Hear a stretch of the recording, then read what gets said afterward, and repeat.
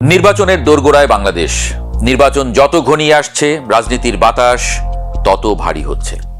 আগের মতো সহিংস আতঙ্ক নয়, বরং কথার লড়াই, প্রতিশ্রুতির বন্যা আর ক্ষমতার হিসাব নিকাশে তৈরি হয়েছে নতুন ধরনের উত্তেজনা। আর মাত্র 13 দিন, সময় যত কমছে রাজনীতির তাপমাত্রা তত বাড়ছে। দেশের এক প্রান্ত থেকে আরেক প্রান্ত, মাঠে এখন শুধু পোস্টার নয়, প্রতিশ্রুতি, হুঁশিয়ারি আর পাল্টা আক্রমণের ঝড়। ত্রয়োদশ জাতীয় সংসদ নির্বাচন সামনে রেখে প্রচারণার প্রথম 7 দিনেই এটা স্পষ্ট, এই নির্বাচন শুধু ক্ষমতার নয়, রাজনৈতিক বয়ানের লড়াই। বিএনপি, জামায়াত ইসলামী আর নবাগত জাতীয় নাগরিক পার্টি এনসিপি সবাই মাঠে। জনসভায় লাখো মানুষের উপস্থিতি বলছে দীর্ঘদিন পর ভোটের রাজনীতি আবার মানুষকে টানছে। কিন্তু সেই সঙ্গে বাড়ছে উত্তেজনাও। মঞ্চে মঞ্চে একে অপরকে নিশানা করে বক্তব্য, অভিযোগের তীর, হুমকির ভাষা, সব মিলিয়ে রাজনীতি এখন সরাসরি সংঘাতের ভাষায় কথা বলছে।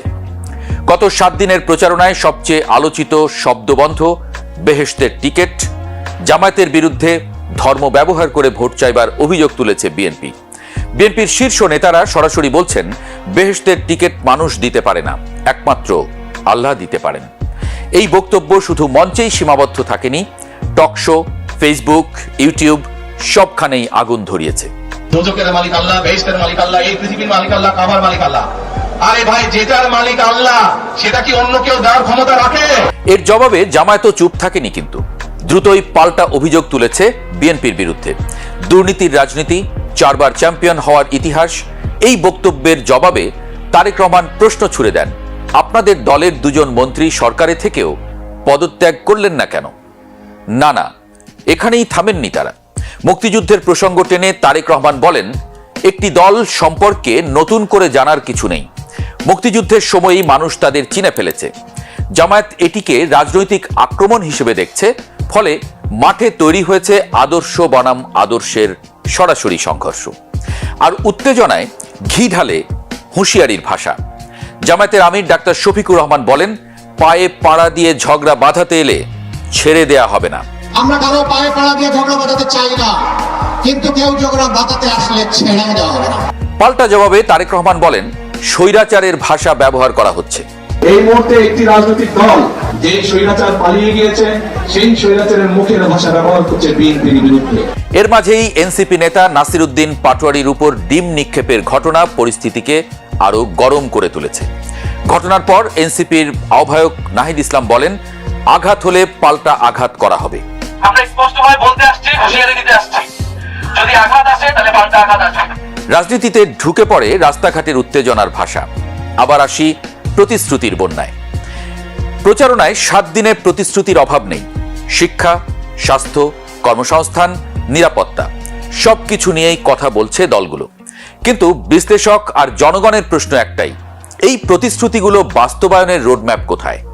রাজনৈতিক বিশ্লেষক আলতাফ পারভেজ স্পষ্ট করে বলেছেন, স্বাস্থ্য খাতে বিএনপি বলছে জিডিপির 5 ভাগ বরাদ্দ দেবে, জামায়াত বলছে 6 থেকে 8 ভাগ। কিন্তু টাকা আসবে কোথা থেকে? সেই প্রশ্নের উত্তর নেই। গত 7 দিনে বিএনপির চেয়ারম্যান তারেক রহমান সরাসরি অংশ নিয়েছেন 17টি জনসভায়, একটি ভার্চুয়াল। তার বক্তব্যে উঠে এসেছে দীর্ঘ প্রতিশ্রুতির তালিকা: ফ্যামিলি কার্ড, কৃষক কার্ড, স্বাস্থ্যসেবা, শিক্ষা, ক্রীড়া, পরিবেশ, কর্মসংস্থান। ঢাকার যানজট নিরসনে স্যাটেলাইট শহর, মনোরেল স্থাপন, বস্তিবাসীদের পুনর্বাসন, ভূমিহীনদের স্থায়ী বন্দোবস্ত, নদী ভাঙন রোধে টেকসই বাঁধ সবই আছে। যুবক এবং বেকারদের জন্য ভোকেশনাল ইনস্টিটিউট, নিঝুম দ্বীপকে আধুনিক পর্যটন কেন্দ্র, নিরাপদে চাকরি এবং ব্যবসার পরিবেশ তৈরির কথাও বলছেন তিনি। একই সঙ্গে রাজনৈতিক বার্তা: মুক্তিযুদ্ধের চেতনা, জুলাই গণ অভ্যুত্থানের শহীদদের জন্য আলাদা অধিদপ্তর, চাঁদাবাজি এবং দুর্নীতির বিরুদ্ধে কঠোর অবস্থান।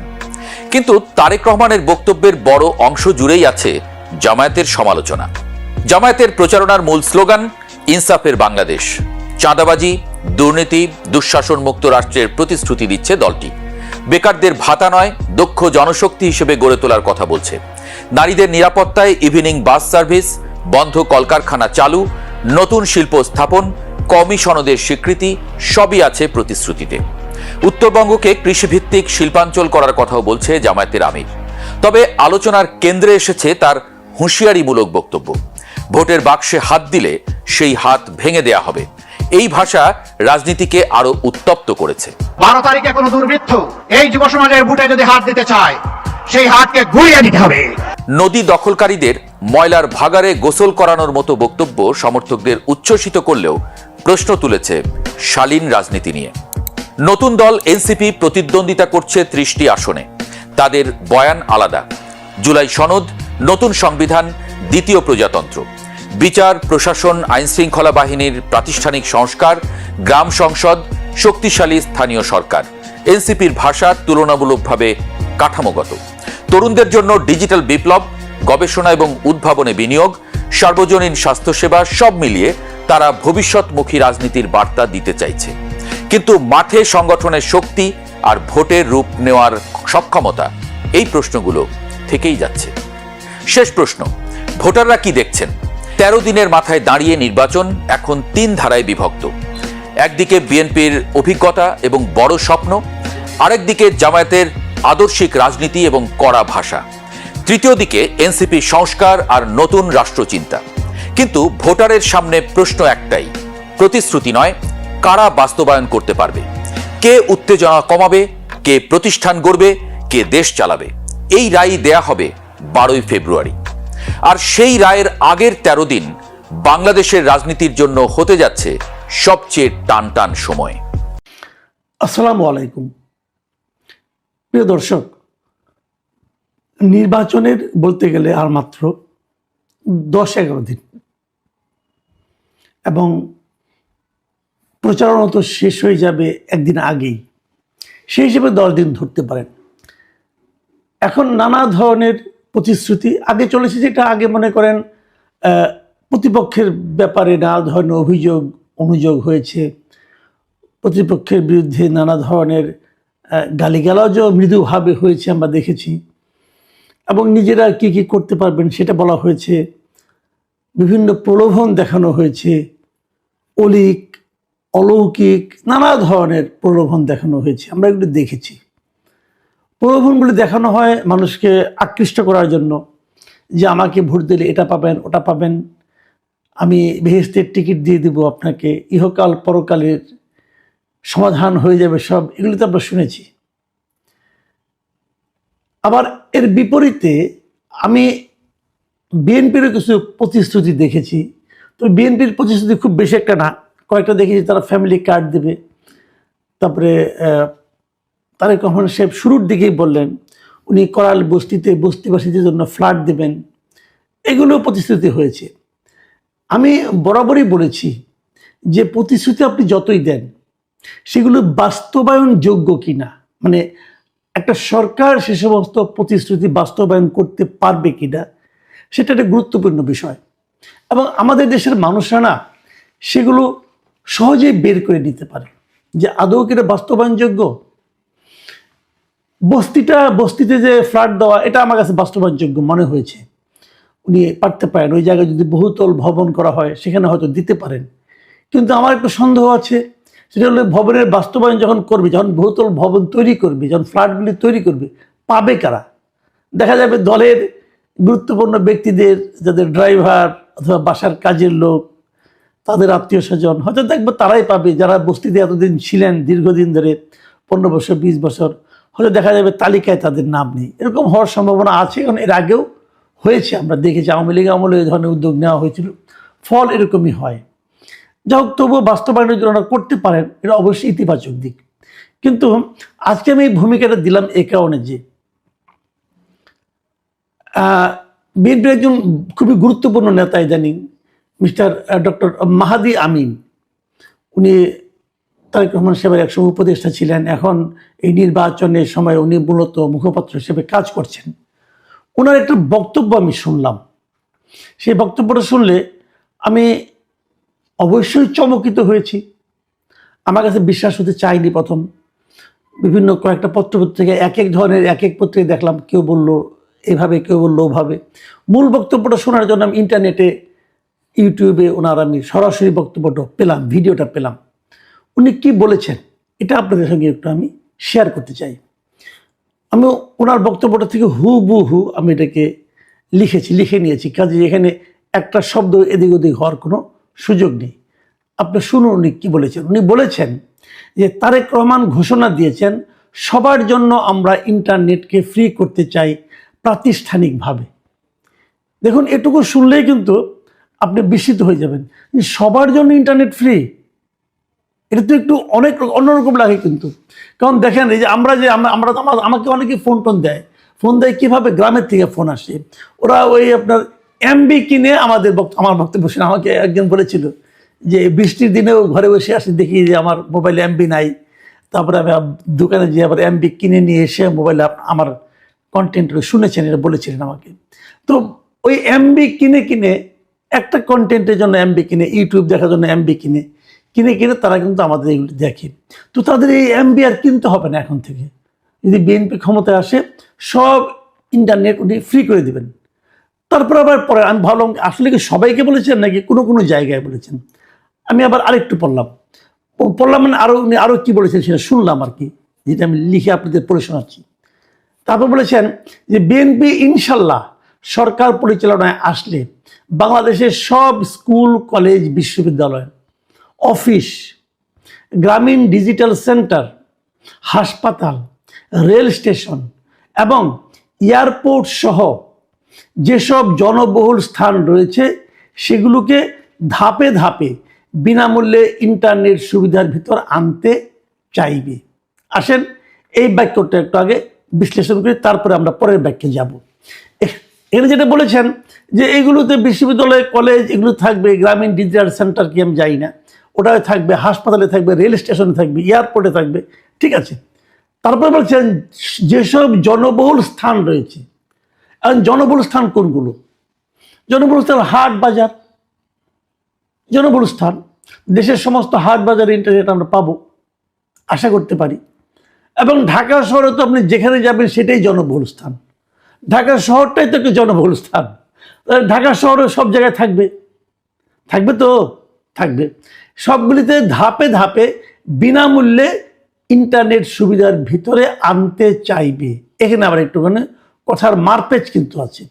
মারপেচ যেমন একটা মারপেচ হলো ধাপে ধাপে, মানে একদিনে না, হয়তো ক্ষমতা আসার পর শুরু করবে, এই ধাপ শেষ হতে হতে 5 বছর চলে যেতে পারে, কিন্তু তারপর শেষ হয়তো হবে না, তখন হয়তো বলবে যে আরও 5 বছরের জন্য দেন, আমাদের ধাপ এখনো শেষ হয় নাই।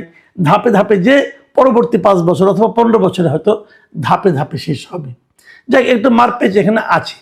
তারপরে আবার শেষের দিকে দেখেন কি বলেছে, যে ইন্টারনেট সুবিধার ভিতরে আনতে চাইবে, আনতে পারবে বলে নাই, তারা আনতে চাইবে, ইচ্ছা থাকবে, কতদিনে করবে জানি না। ওকে, আসেন তারপরে উনি কি বলেছেন শুনি আমরা একটু। তারপরে উনি বলেছেন যে আমাদের মূল উদ্দেশ্য দেশের মানুষ যেন সহজে তথ্য এবং আধুনিক সেবা পেতে পারে, যারা বিভিন্ন ধরনের কর্মসংস্থানের সঙ্গে জড়িত, নিজেরা উদ্যোক্তা হিসেবে গড়ে উঠেছেন, ওনারা যেন ফ্রি ইন্টারনেটটুকু পেয়ে যার অর্থনৈতিক কর্মকাণ্ডকে আরও শানিত করতে পারে। এই জায়গাটা এসে কিন্তু উনি পুরাই আসলে ব্যাপ্তিটা প্রকাশ করেছেন। কি বলেছেন? যে যারা নাকি বিভিন্ন রকম কর্মসংস্থানের সঙ্গে জড়িত, যেমন ধরুন আমি নিজেও কিন্তু একটা কর্মসংস্থানের সঙ্গে জড়িত, যার সঙ্গে ইন্টারনেট জড়িত আছে। এই যে আমি কথাগুলি বলি, এটা কিন্তু ইন্টারনেটের মাধ্যমে আমি আপ করি। হ্যাঁ, আমার একটা ইন্টারনেট দরকার পড়ে, তাহলে আমি যেহেতু আমি তো নিজেই স্বাবলম্বীভাবে কর্মসংস্থানটা করি আর কি, আমি কারো চাকরি করি না, সেহেতু এইটা কাজটা করতে গেলেও আমি যে ইন্টারনেটটা আমার লাগবে, এই ক্ষেত্রে সরকার আমাকে বিনামূল্যে দিবে। এটা কিন্তু আমার জন্য খুবই আনন্দের, এবং এটা যদি নিশ্চিত হয় আসলে আমি কিন্তু এই একটা কারণেই বিএনপিকে ভোট দেব। আমি দেবো, আপনি কি খবর আমি যাই না। তারপর বলেছেন সুতরাং আগামীর বাংলাদেশ ইনশাল্লাহ ইন্টারনেট হবে সবার, এটাই বিএনপির অঙ্গীকার। এখন আমি ব্যাপারটা পুরো বিষয়টাকে নিয়ে একবারে বলি। সেটা হলো সারা দেশে ওনারা ইন্টারনেট দিবেন, এটাই মূলত উনি বোঝাতে চেয়েছেন। যারা ব্যবসা বাণিজ্য করেন, যারা ইন্টারনেট ভিত্তিক ব্যবসা করেন, ইন্টারনেট ভিত্তিক স্টার্ট আপ করেছেন, ওদের সবাইকে ওনারা ইন্টারনেট দিবেন এবং ফ্রি অফ কস্ট। এই জন্য আমাকে কোনো পয়সা দিতে হবে না, ধাপে ধাপে দিবেন। আমি মিস্টার মাহাদি আমিনকে বলি, ভাই হিসাব করছেন কত টাকা লাগবে? একটু হিসাব করে দেখেন। ও ওকে, হিসাব নয় পরে করবেন। সাফল্যের ইতিহাসটা একটু ঘাটছেন। পৃথিবীর কয়টা দেশ এই মুহূর্তে তার দেশের জাতির জন্য ইন্টারনেট দিতে পারে ফ্রি? আপনাদের কোনো হিসাব আছে? যোগাযোগ করেছেন? আমি আপনাকে একটু ধারণা দিই, আপনি নিশ্চয় স্টাডি করেছেন। পৃথিবীতে প্রথম দেশের সমস্ত মানুষের জন্য প্রথম ইন্টারনেট দিয়েছে এস্তোনিয়া। এটা 2020 সালে তারা 2000 সালে এটা স্টার্ট করেছে। তারা 2000 সালে স্টার্ট করেছে, সারা দেশকে ইন্টারনেটের আওতায় নিয়ে এসেছে এস্তোনিয়া। ছোট্ট একটা দেশ ভাই, পপুলেশন একটা ফ্যাক্টর, আয়তন একটা ফ্যাক্টর। ছোট ছোট জায়গায় তো অনেক জায়গায় এয়ারপোর্টে ইন্টারনেট ফ্রি আছে, ছোট্ট একটা জায়গায় কিন্তু এয়ারপোর্ট। তাও পৃথিবীর সব এয়ারপোর্টে ইন্টারনেট ফ্রি নাই, অনেক ঝামেলা আছে। তো কিভাবে পারবেন? সিঙ্গাপুরে ইন্টারনেট ফ্রি আছে। সিঙ্গাপুর অত বড় দেশ, আমাদের মিরপুরের সমান হবে। সিঙ্গাপুর পুরো দেশটা আমাদের মিরপুরের সমান হবে। সিঙ্গাপুর তো আমার ঢাকা শহরের সমান না। সিঙ্গাপুরের পপুলেশন কি আমার ঢাকার সমান হবে বলেন? হবে না তো ভাই। আপনি পুরো দেশে হিসাব করছেন কিছু? আমি আপনাদের একটা ঘটনা বলি। 2019 সালে মানে 2020 সালে যখন আপনার দিল্লিতে বিধানসভা নির্বাচন হয়, তখন ওখানকার খুবই জনপ্রিয় যিনি প্রধানমন্ত্রী ছিলেন আর কি, আম আদমি পার্টির আপনার অরবিন্দ কেজরিওয়াল, উনি কিন্তু বলেছিলেন যে ওনারা ফ্রি ইন্টারনেট দিবেন, ওনাদের দেশকে দিবেন। এবং সেটা দিতে যে ওনারা কি করেছিলেন, ওনারা একটা প্ল্যান করেছেন। আমি প্ল্যানটার সম্পর্কে আমি জানি, এই জন্য আমি বলছি। ওনারা একটা প্ল্যান করেছিলেন যে ওনারা পুরো দিল্লিকে কভার করে ওনারা 11,000 হটস্পট করবেন। মানে 11,000 জায়গায় বড় রাউটার বসাবেন আর কি। ওটাকে দিলে পরে 11,000 জায়গা করলে পরে সেটা মোটামুটি পুরো মানে দিল্লি শহরটাকে আপনার ওয়াইফাইয়ের আওতার মধ্যে আনা যাবে। এর মধ্যে 4,000 হটস্পট লাগানো হবে বিভিন্ন বাস স্ট্যান্ডে, বিভিন্ন এরকম জনবহুল জায়গায়, আর 7,000 থাকবে দিল্লির বিভিন্ন জায়গায়, মানে একটা স্পেস ধরে ধরে ধরে ধরে, যাতে নাকি পুরো দিল্লিটা কভার হয়। এটা ওনারা করেছিলেন। এবং তারপরে আরও একটা কথা বলেছিলেন, এই যে হটস্পটগুলি থাকবে, এখানে প্রতিটা জায়গাতে 15 জিবি করে ডেটা মিলবে। 15 জিবি, খুব বেশি ডেটা না কিন্তু 15 জিবি। তাহলে মানুষ ওখানে টুকটাক টুকটাক কাজ দিয়ে মনে করেন মেসেজ করা, তারপরে আপনার হোয়াটসঅ্যাপ করা, এগুলো হয়তো টুকটাক তারা করতে পারে। বড় বড় ডাউনলোড হয়তো করা যাবে না। তো এইটা তারা করতে চেয়েছিলেন। ইন্টারেস্টিং হলো কেজরিওয়াল এই কাজটা শেষ করতে পারে নাই পরবর্তী 5 বছরে, জাস্ট পারে নাই। এখন তো কেজরিওয়াল সরকারই নাই, তাহলে ওই কাজ শেষ। কাজেই মাহাদি আমিনকে আমি বলছি, ভাই এত সহজ না জিনিসটা করা। হিসাব নিকাশ করেন, আপনার কত টাকা আছে দেখেন। মাঝখান থেকে যে জিনিসটা হবে, এই কাজ করতে যে আপনি হয়তো আপনার দলের কিছু লোকের একটা কর্মসংস্থানের ব্যবস্থা করে দেবেন, যে তোমরা হটস্পট লাগাও, আবার হটস্পট কার কাছ থেকে কিনবেন, এগুলি হবে। এগুলি পারবেন না। তারপরে ধরলাম আপনাদের সদিচ্ছা আছে, আপনারা করতেও চান, আপনাদেরকে করতে দেওয়া হবে না। এখন যেটা আছে, এখন যারা ওয়াইফাইয়ের ব্যবসা করেন, বিভিন্ন রকম বড় বড় ওয়াইফাই কোম্পানি কিন্তু আছেন বাংলাদেশে। আপনি যখন আপনার এই বিকাশে যাবেন, যে দেখবেন যেখানে বিলিং সেটিংয়ে যাই দেখেন যে ওয়াইফাই বিল দিতে গেলে কতগুলি লিস্ট আসে, কয়েকশো আছে, পুরো ঢাকা শহরে আছে এরা ওয়াইফাই দেয়। এদের সবার ব্যবসা আপনি বন্ধ করে দিবেন, এরা আপনাকে ব্যবসা করতে দিবে? এরা করতে দিবে আপনাদেরকে? দেবেন। এখানে অনেক টাকা ইনভেস্টমেন্ট কিন্তু হয়ে আছে। যারা এই ওয়াইফাইয়ের ব্যবসা, এদের তো মাঝখানে মাঝে মাঝে দেখি এরা প্রেস কনফারেন্স করে যে ওই বিভিন্ন গ্রামীণ, তারপর রবি, তারপরে আপনার বাংলা লিঙ্ক, এরা কেন তাদের ওয়াইফাইটা নিয়ে যাচ্ছে, এটা নিয়ে তারা কিন্তু নানা রকম কান্নাকাটি করে, ব্যবসা করে, এবং সরকারের কাছে অনুরোধ করে।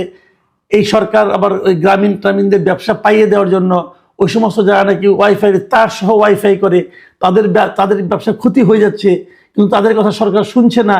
এরকম নানা ধরনের কথা কিন্তু আমরা প্রতিনিয়ত শুনি। আমিও দু একটা এরকম মিটিংয়ে গিয়েছিলাম, আমার যাওয়ার ভাগ্য হয়েছিল, তাদের দুর্ভাগ্যের কথা শুনতে হয়েছিল আমাকেও।